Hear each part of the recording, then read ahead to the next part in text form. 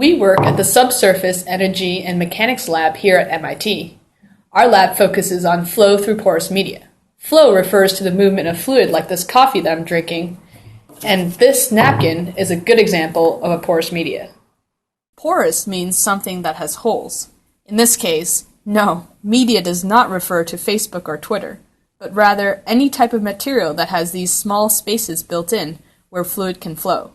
For example, this napkin is made of woven fibers with air pockets that the coffee is displacing. There are many other examples of porous media in your everyday life: rock, sponge, sand, bone. Studying flow in porous media is important because there are many industrial, natural, and everyday applications such as water infiltration for agriculture, contaminant transport after a spill, or carbon sequestration. But real life is messy. There are many variables and heterogeneity in real life which makes it hard to isolate the different mechanisms that we are trying to understand. This is why we developed model experiments in our lab.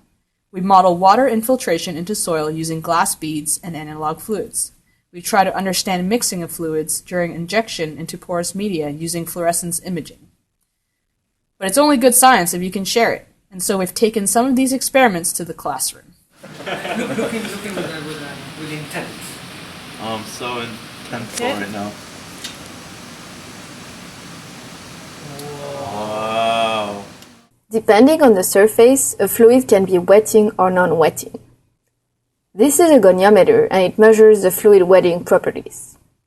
In everyday life, wetting properties affect how fluids flow. For example, a windshield is made to be non-wetting so that water beads up and slides off. This also affects how fluids such as oil or contaminants move into porous media like soil and rock.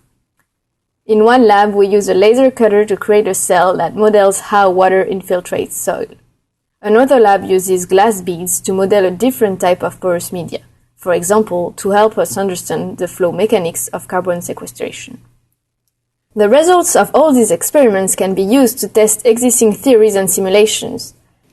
These experiments are done at the microscale, but their impact is far from small. As analog systems, observations made here in the lab lead us to a deeper understanding of the flow processes in porous media that surround us in our everyday life. Is this the real life? Is this just fantasy? Caught in a landslide, no escape from reality.